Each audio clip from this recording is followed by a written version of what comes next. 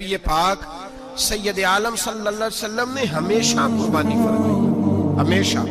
آج تو حضور نے ایک فرمایا، اللہ ہم سب کو آج کی توفیق عطا فرمائے اور بار بار آج کی توفیق دے۔ صحابہ نے 40 حج فرمائے ہیں، 50 حج فرمائے، حضرت فضیل بن عیاض نے 60 حج فرمائے۔ اللہ کو توفیق دے، قبول فرمائے اور اللہ سب کو بار بار وہ موقع نصیب فرمائے۔ تو نبی پاک صلی اللہ تعالیٰ علیہ وسلم نے حج ایک فرمایا، قربانی حضور جس دن مدینے آئے اس وقت شروع فرمائی اور ہر سال حضور قربانی دیتے، ہر سال دو جانور ذبح فرمائے۔ یا رسول اللہ صلی اللہ تعالیٰ علیہ وسلم، دو کا کیا مقصد؟ فرمایا ایک میری طرف سے، ایک میری غریب امت کی طرف سے۔ یا رسول اللہ صلی اللہ علیہ وسلم کس طرف سے؟ فرمایا ایک میری طرف سے، ایک میری امت کی طرف سے۔ کبھی فرمایا ایک میری طرف سے، ایک میرے اہل بیت اور میری امت کی طرف سے۔ دو جانور حضور نے ذبح فرمائے۔ اور پھر میرے حبیب پاک صلی اللہ تعالیٰ علیہ وسلم کے غلام مولا علی شیر خدا، ابن ماجہ کی روایت ہے، حضرت علی شیر خدا فرماتے ہیں کہ نبی پاک علیہ السلام 2 جانور ذبح کرتے تھے۔ خود حضرت علی کی جب باری آئی تو انہوں نے بھی 2 فرمائے۔ تو صحابہ نے پوچھا کہ علی 2 کیوں؟ 2 کس لیے؟ تو حضرت علی رضی اللہ تعالیٰ عنہ فرمانے لگے، مجھے میرے حبیب نے وصیت فرمائی تھی کہ علی تو نے 2 کرنے، ایک اپنی طرف سے کیا کرنا، ایک میری طرف سے کرنا۔ تو میں ایک اپنی طرف سے دیتا ہوں، ایک اپنے نبی پاک کی طرف سے دیتا ہوں صلی اللہ علیہ۔ 2 جانور۔ آپ لوگوں نے سنی ہوئی ہے یہ بات کہ مہینہ کھانا نہیں پکتا تھا حضور کے گھر میں۔ حضرت عائشہ فرماتی ہیں 3 چاند اور 3 سورج کٹھے کبھی نہیں دیکھے جب ساتھ روٹی بھی کھائی ہو، یعنی 3 دن مسلسل کبھی کھانا نہیں کھایا۔ قربانیاں کتنی دی بولیے؟ حضرت علی شیر خدا کا مکان کوئی نہیں اپنا، کوئی گھر نہیں بنایا۔ مولا کائنات شیر خدا، میں نے یہ بات پھر دوہرا رہا ہوں، پہلے بھی میں نے عرض کی تھی، پکا کرنے کے لیے دوہرا رہا ہوں۔ حضرت علی کا کوئی کاروبار نہیں بظاہر۔ بی بی صاحبہ فرماتی ہیں کہ کئی ہفتے صرف سرکہ اور کھجوریں۔ قربانیاں کتنی؟ اسی سارے صاحب لان ٹورے ہیں کہ ساڑھے تے لگ دیئے کہ نہیں پکا۔ اور پھر جب بات ہوتی ہے دینے کی تو ماحول اور ہوتا ہے، جب لینے کی باری ہوتی ہے تو ماحول اور ہوتا ہے۔ قربانی واجب ہے اس شخص پر جس کے پاس 52.5 تولے چاندی یا 7.5 تولے، لیکن میں 7.5 تولے والا فتویٰ نہیں دیتا، میں 52.5 تولے چاندی والا فتویٰ دیتا ہوں۔ اس لیے کہ 52.5 تولے چاندی تو شاید تولہ یا 1.5 تولہ سونے کے برابر ہی ہو جائے، ٹھیک ہے نا جی؟ تو 7.5 تولے سونا 50-60 ہزار روپیہ جس آدمی کے اکاؤنٹ میں موجود ہے وہ قربانی کرے۔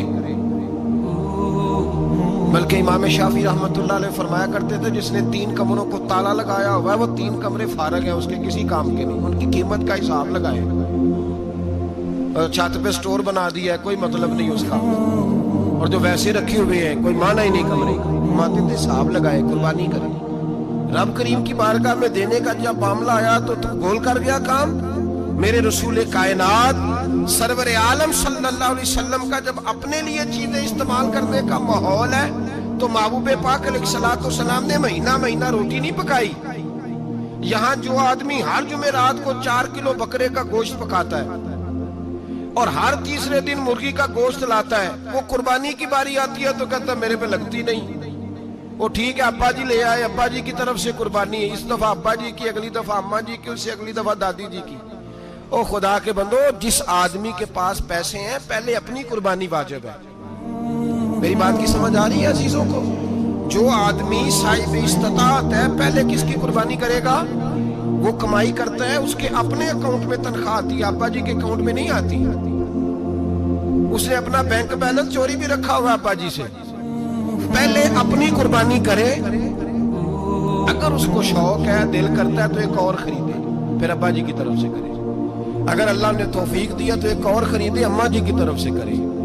اور اگر اس کے دل کو اللہ ٹھنڈک عطا کرے، سکون کرے، تو پھر اپنے رسول کی طرف سے بھی قربانی دے، پھر اپنے محبوب کی جانب سے بھی قربانی کرے۔ نبی پاک صلی اللہ تعالیٰ علیہ وسلم نے ہر سال 2 قربانیاں دی، 10 سال۔ کل کتنی ہوگی 10 سالوں میں بولیے؟ اور جب حضور حج کرنے گئے نبی پاک نے 63 اونٹ ذبح فرمائے۔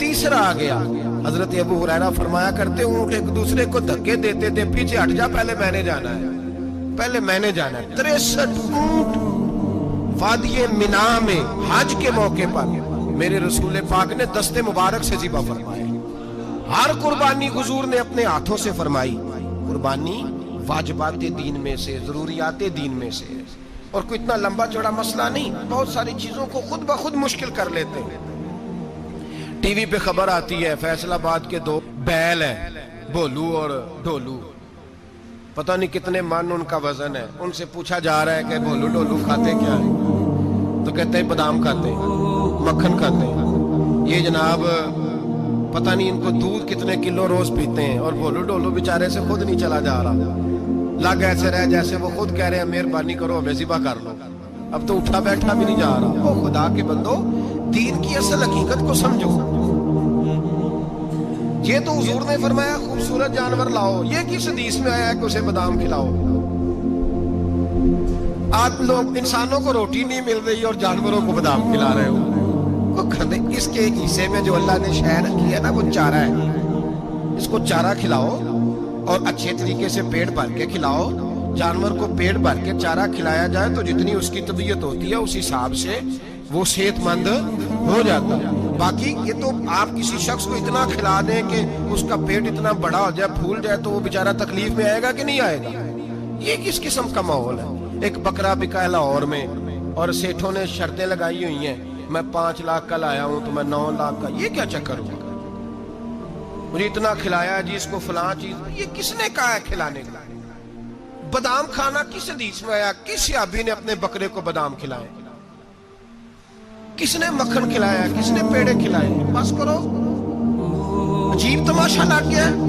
اور یہاں تو اتنی بری حالت ہو گئی ہے کہ عورتیں ناچنے لگی ہیں قربانی کے جانوروں کے آگے, بیبیاں بیچنے لگی ہیں. اللہ کے غضب کو آواز نہ دو.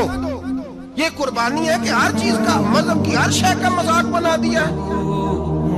جس دین نے عورت کی اپنی قربانی بھی ہو تو اس کو ذبح کرنے کی اجازت نہیں دی, مرد ذبح کرے گا. جو دین کہتا ہے کہ عورت ذبح نہیں کرے گی, وہ عورت بیچ سکتی ہے اللہ کے جانور. یہاں جس کا میں نے رمضان میں بھی کہا تھا, پھر بات دہراتا ہوں, سارا سال ناچتے گاتے ہیں, اور عید کا موقع آتا ہے تو 2-4 مولوی بٹھا کے وہ دین سکھانا شروع کر دیتے ہیں. کوئی پتہ ہی نہیں, کوئی خبر ہی نہیں. جس بوتل میں کل تک شراب بک رہی تھی اسی میں دودھ پلاؤ گے. جس برتن میں کل تک پیشاب تھا اس میں آج لوگوں کو شہد پلاؤ گے. بس کرو, یہ مذاق نہیں, یہ رسول اللہ کا دین ہے. نبی پاک سید عالم صلی اللہ تعالی علیہ وآلہ وسلم نے کوئی ذمہ عورت کے کوئی چیز نہیں لگائی ایسی جس میں اسے مردوں کے ساتھ شامل ہونا پڑے. اور عورت سمجھ ہی نہیں رہی کہ یہ اس کی تذلیل ہے, عزت نہیں. صابن بک رہا ہے تو ساتھ بی بی کھڑی ہے, شیمپو بک رہا ہے تو عورت اس کی جو ہے وہ ایڈ دے رہی ہے. یہ عزت ہے عورت کی؟ رسوا کر دیا تم نے ہر شے میں عورت. اب قربانی کا جانور بھی بی بی بیچے گی. غیرت کہاں گئی اس قوم کی؟ میرے رسول پاک سرور دو عالم صلی اللہ تعالی علیہ وسلم کو کسی نے آ کے کہا فلان قبیلے کے لوگوں نے عورت کو سربراہ بنایا ہے, عورت کو آگے لگا لیا. فرمایا تباہ ہو گئے وہ لوگ انہوں نے عورتوں کو اپنے آگے پیشوا بنا لیا. جس رب نے عورت کو نبوت نہیں دی, امامت کرنے کا حق نہیں دیا, کس چکر میں لوگ پڑ گئے. 5 لاکھ کا جانور کس لیے لائے ہو؟ 5 لاکھ کا تفاخر کے لیے, دکھانے کے لیے. تو اگر 50,000 کا 60,000 کا بھی جانور لاتا تو اچھا آ جاتا. اور 50,000 کا جانور لائے تو 5 لاکھ میں کتنے آتے ہیں بولے؟ تو 10 جانور ذبح ہوں گے تو کتنے غریبوں تک گوشت جائے گا, کتنے گھروں کا بھلا ہوگا. ہر چیز کا چکر الٹا کر دیا گیا ہے. اور صرف حج کے لیے ہوتی تو میرے رسول پاک ہر سال قربانی نہ کرتے, اور میرے نبی پاک قربانی دینے کا حکم. ایک اور بات بڑی لوگ پوچھنے لگے, کہتے جی گائے کی ہوتی ہے, بھینس کی بھی ہوتی ہے کہ نہیں؟ چلو جی اب نئی بات نکل آئی. حدیث پاک میں لفظ آیا اونٹ کا, نبی پاک نے فرمایا بکرا 1 سال کا, گائے 2 سال کی, اونٹ 5 سال کا. حدیث میں لفظ آ گیا اونٹ کا. آپ کو بندہ کہے پہلے بتائیں نر کا کہ مادہ کا, تو میں کدھر سے آپ کو حدیث نکال کے دوں جس میں نر بھی اور مادہ علیحدہ علیحدہ ہو؟ حدیث پاک میں ذکر آ گیا دمبے کا، مینڈے کا.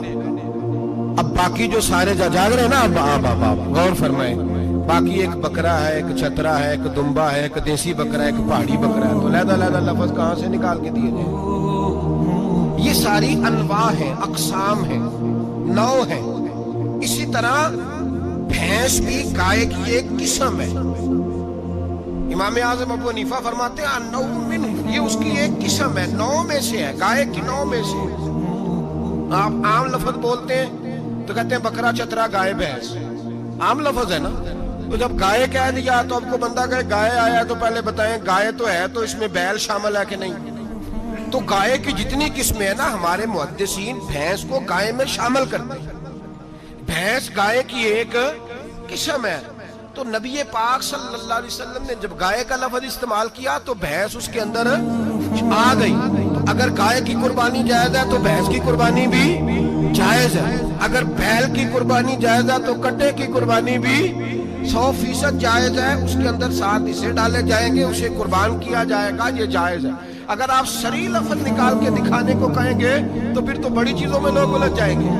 پھر کیسے نکالا جائے گا خسی کی جائز ہے کہ نہیں، جو خسی نہیں اس کی جائز ہے کہ نہیں، فلاں کی. تو ان تفصیلات، ہاں بہت ساری چیزوں کی تفصیلات حدیث میں ہے، لیکن ساری چیزوں کی موجود نہیں. اس لیے میرے عزیز یاد رکھیں، بھینس کی قربانی بھی ہوگی، گائے کی بھی ہوگی، بیل کی بھی ہوگی، کٹے کی بھی ہوگی. جن کی نہیں ان کی نہیں. ہم نے کبھی کہا ہرن کی قربانی بھی ہوگی یا مرغی کی قربانی بھی ہوگی.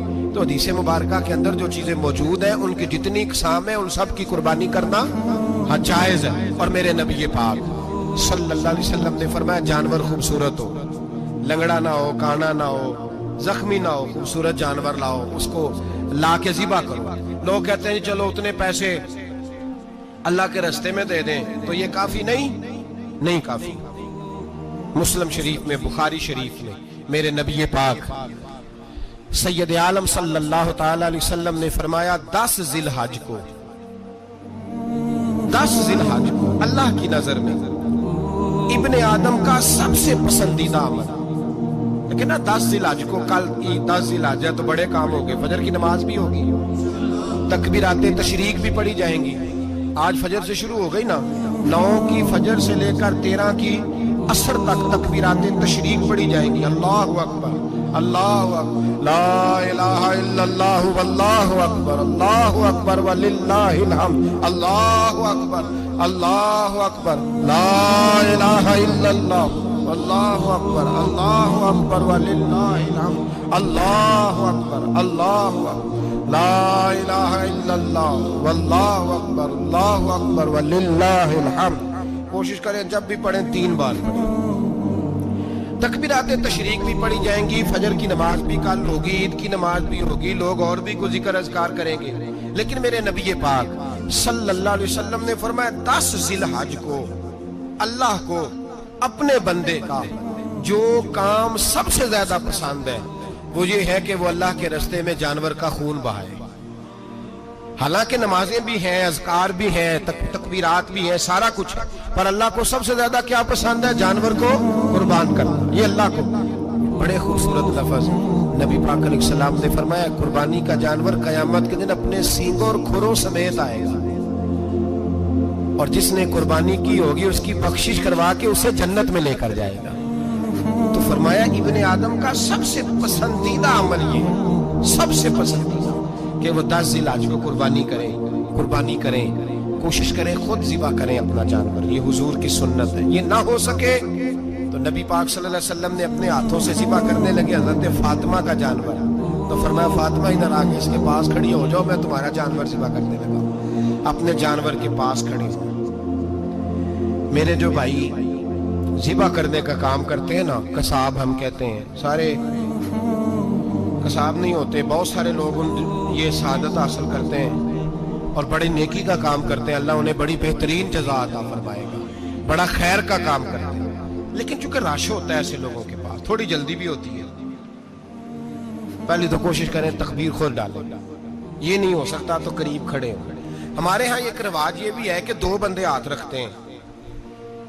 ذبح وہ کر رہا ہوتا ہے تو جس کی قربانی ہوتی ہے اس کو کہتے ہیں تو بھی ساتھ ہاتھ رکھ. ہوتا ہے نا جی بہت ساری جگہ. اب حکم یہ ہے شریعت اسلامیہ کا کہ جب جانور ذبح کریں گے تو پڑھیں گے بسم اللہ اللہ، بسم اللہ اللہ۔ ہاں نبی پاک صلی اللہ علیہ وسلم نے لمبی دعا پڑھی، صحابہ بھی لمبی دعا، انی وجہت وجہی للذی فطر السماوات والارض حنیفا وما انا من المشرکین، یہ بھی پڑھا۔